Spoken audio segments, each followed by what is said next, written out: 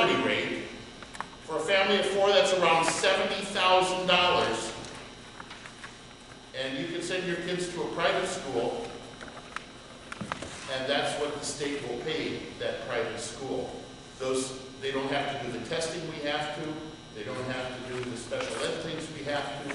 They don't have to do any of those things. We get $2,800. You want to know how to feel good?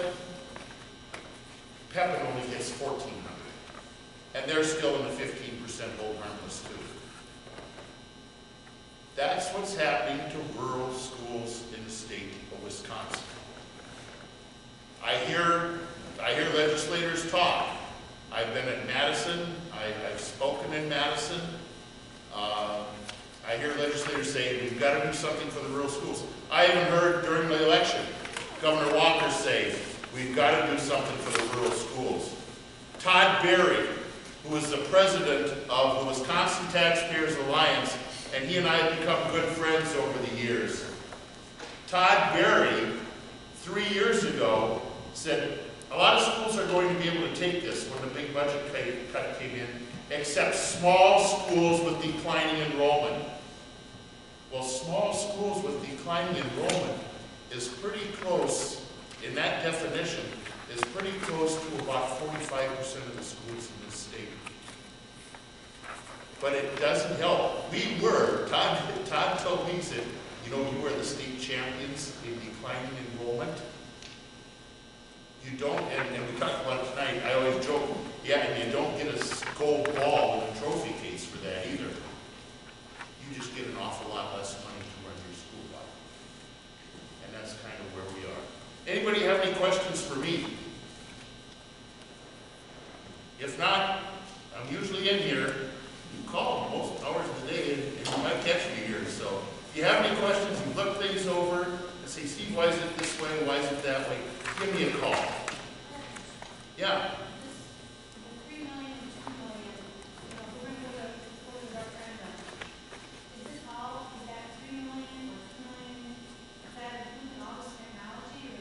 Yes, and the buses we've rolled into that too, because yes, yes, yes,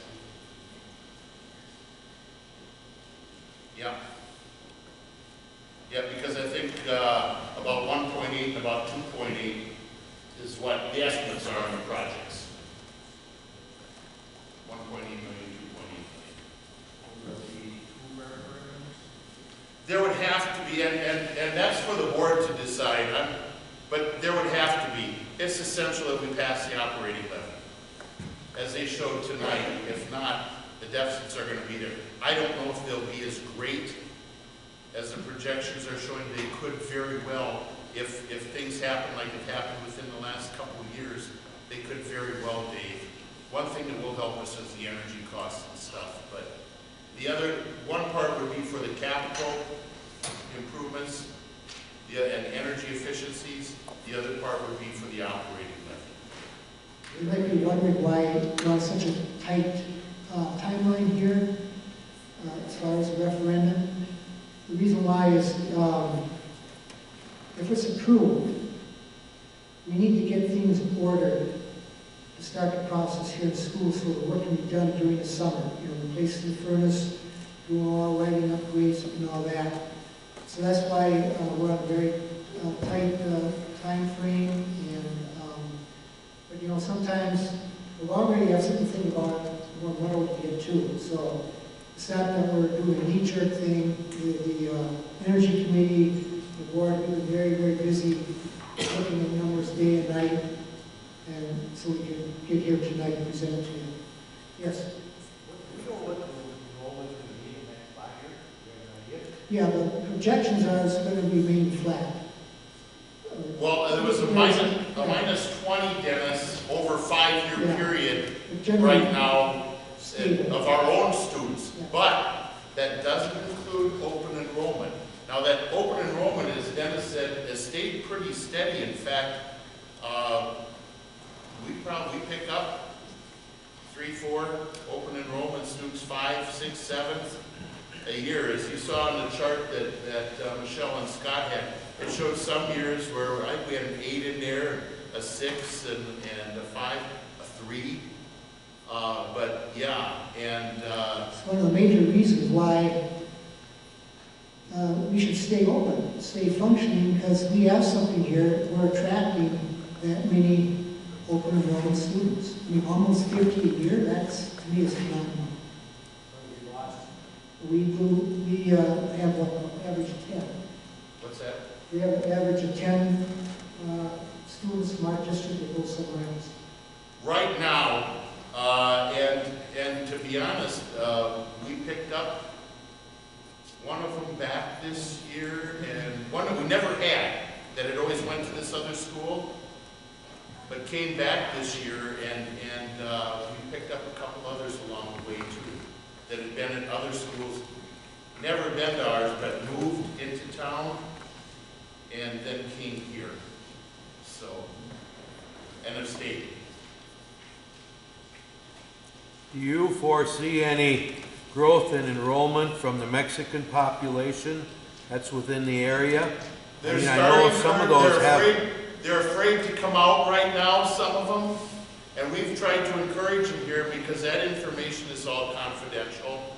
But we do have students here now that are, and I guess they don't really come and tell us that they're here if they're here, because a lot of these immigrants don't trust government type things. It's going to depend on the immigration policy that our government comes up with. That will have a big factor on Kurt. Whatever this immigration policy is that they do now, that'll have a big impact on that. And we're certainly, we're ready to deal with that, so. Yes. Say again? This is the second year, Dale Deer Hours. And typically we run our buses around, try and run a main route around 12 years. We're running buses right now that are the 2 buses that were left here today was one of them was a $10,000 bus we bought, which is a 1997. The other one is a 1997 that we bought new. And we have, our newest buses that we run is a 2000. That's the bus that runs the morning route up to Nelson, or the evening route to Nelson, the big one. And we have a 2000, and we have a 2003. That runs the regular route. That one, Joe Walker runs out of Prague and hits the outer limits of our district out in Prague, Free area, way out in there to the end of our school district and works its way in. We have their next newest one is a 2007, which is the one that it's number 6. It's one Carla Hoover drives now. So yeah, we're looking at one 2 years old, one 7 years old, one 11 years old, and one 12 years old as our main buses. What's the duration of warranty coverage on the new one? 5.5, or 5.100, or 5.150, Tom. 5.150 on the engine, isn't it? Yeah. The Cummins engines, unless it's an international.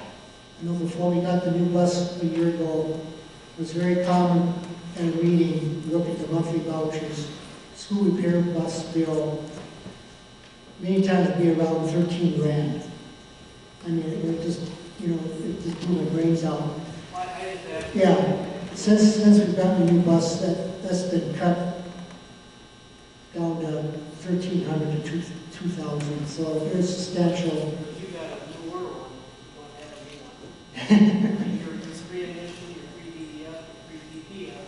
Yeah. You get some brand new, you're doing all that stuff. Oh, we are now. Yeah. No, we are because I didn't know what it was until Tom had to get some of it.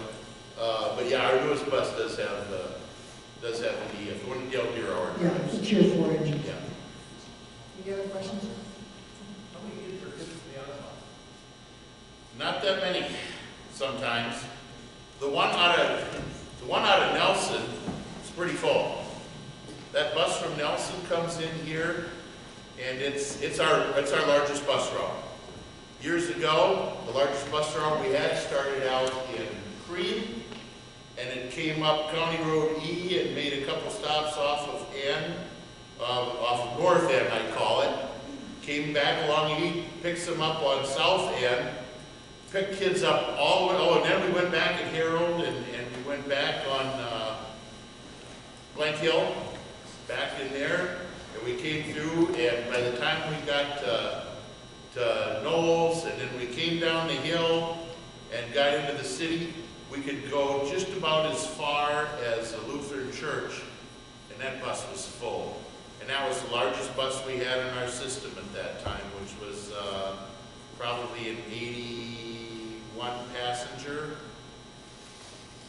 Today, and then I had to bring 2 other buses coming in from their routes into the city of Alma to get everybody picked up to get them out here to school. Today that bus runs all the way from out in the Cream area, comes all the way up through, picks up everybody in the city of Alma, and is only our second largest bus route.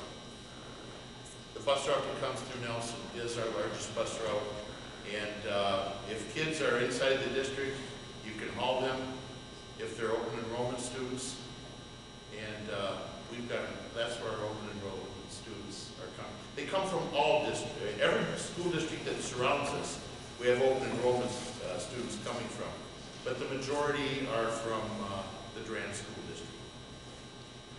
So typically, I mean, the small routes, how many kids are on those routes? Oh gosh, the one that goes way out, and this one doesn't have quite as many. Joe Walker starts out in Cream, we go back to U up to Double X, pick up the kids through there, pick up the kids, we swing around Double X down to 88, and we come up to T Road, and you know where that is? Okay, good. And then we come back up on N, and we come up through S, come down S, and come in there, and then we go and we pick up kids from 37 all the way in. We go up into Vista Drive, pick all the kids up there, and come into school from there. Carla Hoover's goes out. Yeah. Probably, it's scheduled to be about 50, but we have the high school kids and stuff in sports and things. A lot of those don't ride.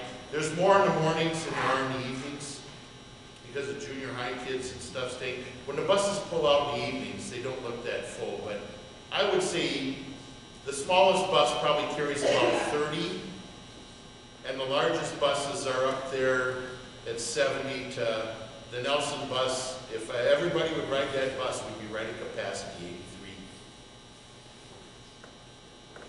We don't have as many kids driving to school as we had.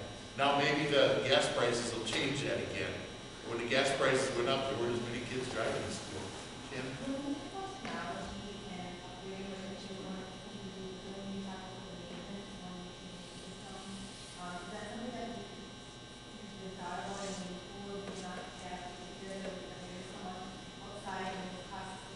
We're going to, and because of a personnel situation, I can't really address that, but yes, I know that's going to be there, and that is going to be an issue that we are going to face in the future of having to have that. Yes.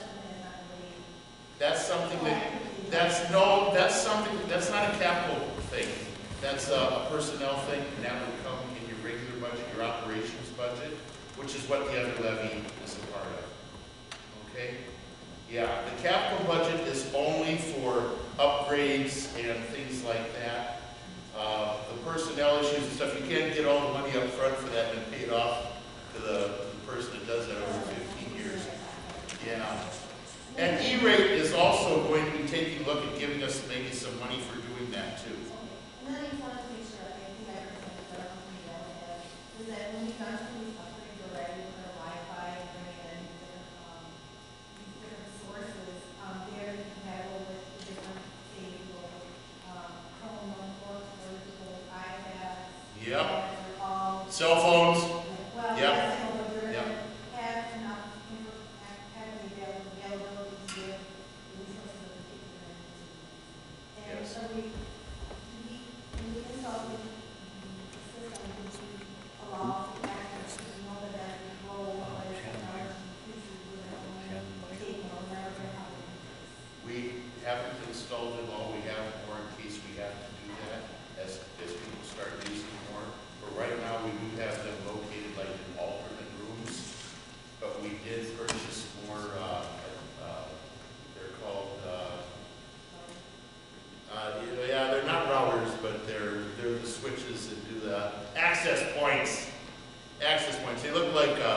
smoke detector in the ceiling. There's one in Carol's office now.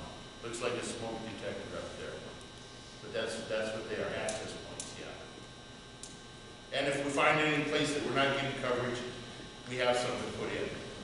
All we have to do is steal TDS's technician to come. Okay, this time, if you have any more questions, just hold them for now. I want to turn the mic over to Joe here to kind of wrap this up, and I think Michelle and the partner there might have a couple of closing comments. And that, after that, we'll open up the floor to any comments or questions you have. We'd like to wrap this up. It's getting late, you know, the weather's not nice, and so just bear with us. Thank you. Yes, we've had a full evening and lots of information. And I think, isn't it information is bliss? Maybe. I want to thank everybody for coming out this evening on kind of a cold, chilly night, as well as I would like to thank our experts and presenters, both Michelle and Scott, and Andy and Dale. I'd like to thank them both for their presentations this evening, as well as their hard work and expertise that they offer the board throughout their study periods. We have benefited greatly from their input.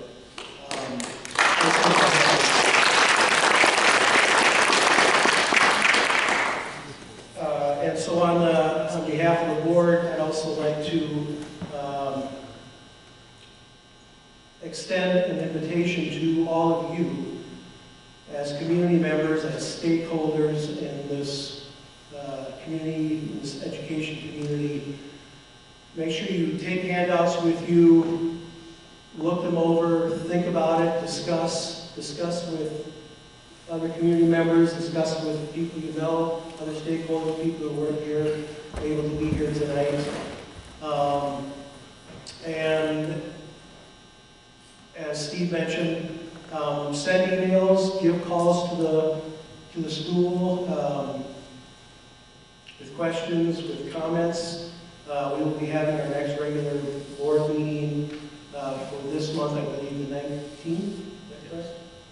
And certainly, I would like to invite all of you and anybody else that you speak with to come to that meeting for further comment, further questions, further input. This is a community-wide forum tonight. It's also an ongoing conversation and dialogue that we want to have, that we need to have.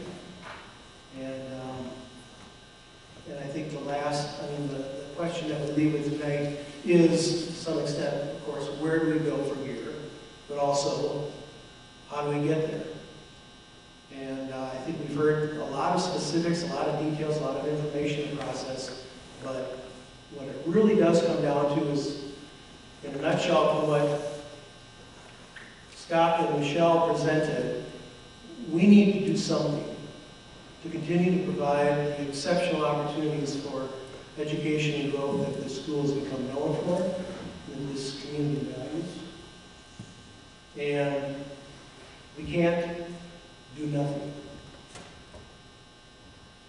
It's going to be some hard choices, it's going to be some study, but I know that the value of this school is near and dear to the hearts and minds and spirits of everybody in attendance tonight.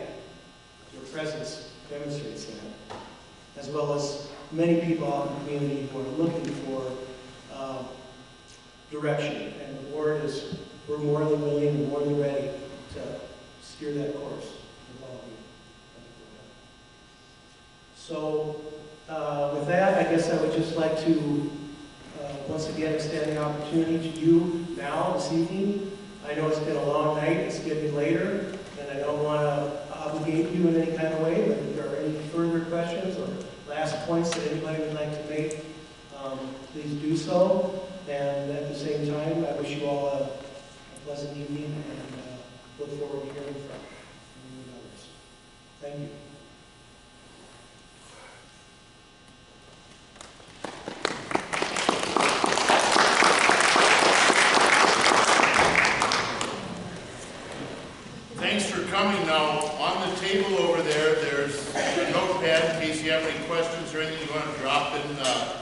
in the bucket that's sitting there. If not, my email is on there. Feel free to email me, and I'll answer you as soon as I can. Yes? I'm just wondering, I'm not 100% sure sold on geothermal, but I think we should put this back on. For the green project, that both help the community. Oh, the CapEx? And that one, The school didn't get it. I can say that. It would help the community, all our children. I mean, I guess myself, but I'd rather see the school here than a bike trail. Side of the road. Which one is better, the adults or children?